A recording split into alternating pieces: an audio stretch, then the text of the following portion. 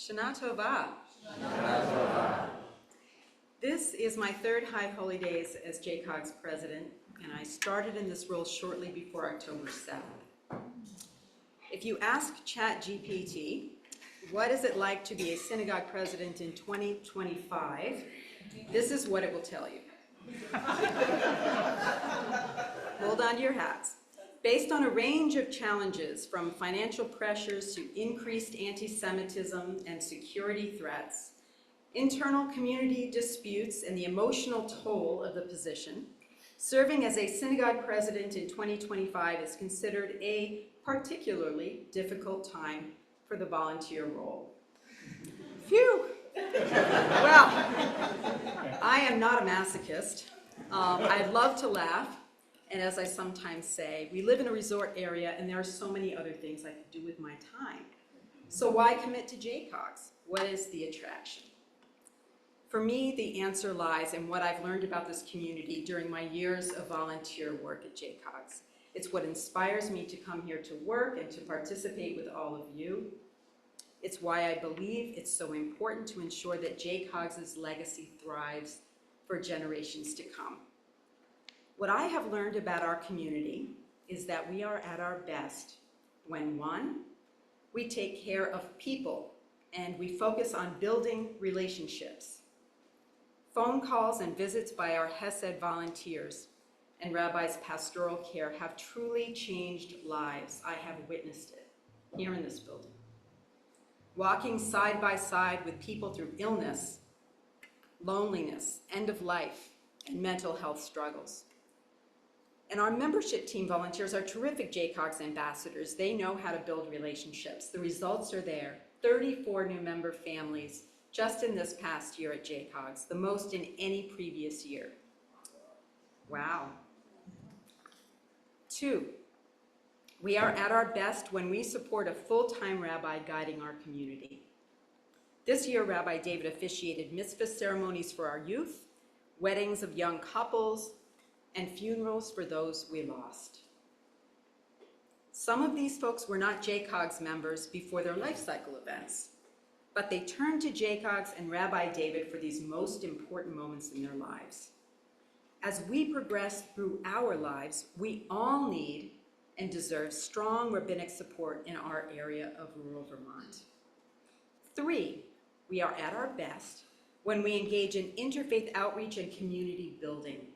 In my opinion, this summer's tag sale and community building fundraiser was a powerful antidote to anti-Semitism.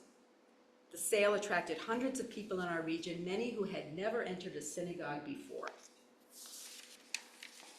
Rabbi David has worked to build relationships of trust with our schools and superintendent in Lamoille County and beyond. So when Rabbi David asked for time off for our kids to come to these High Holy Day services or support students who report anti-Semitism in school, we have a willing partner. JCOGs' connections with our interfaith partners are shining examples of mutual care and respect.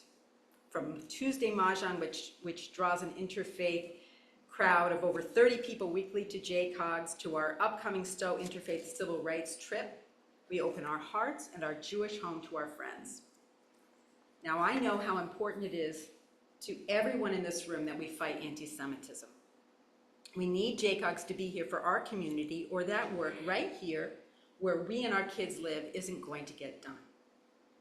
But Judaism is about more than about fighting against things. It's also about building something uniquely Jewish. It's about all the things I mentioned that we do best. And that requires a strong local Jewish presence, a building, a rabbi, and a supportive, committed community. And having all those things means we need financial support through membership, supporting our High Holy Day appeal, and as I will discuss in a moment, legacy giving. As president of JCOGs, I spend a lot of time meeting Jewish people in our coffee shops and at parties and on the cross-country trails, pretty much everywhere. You will not be shocked to learn that some of these fine folks are not JCOGs members. They tell me they are happy there's a synagogue in Stowe, but they don't feel the need to join. They say, having Jews here is enough. My friends, it is not enough.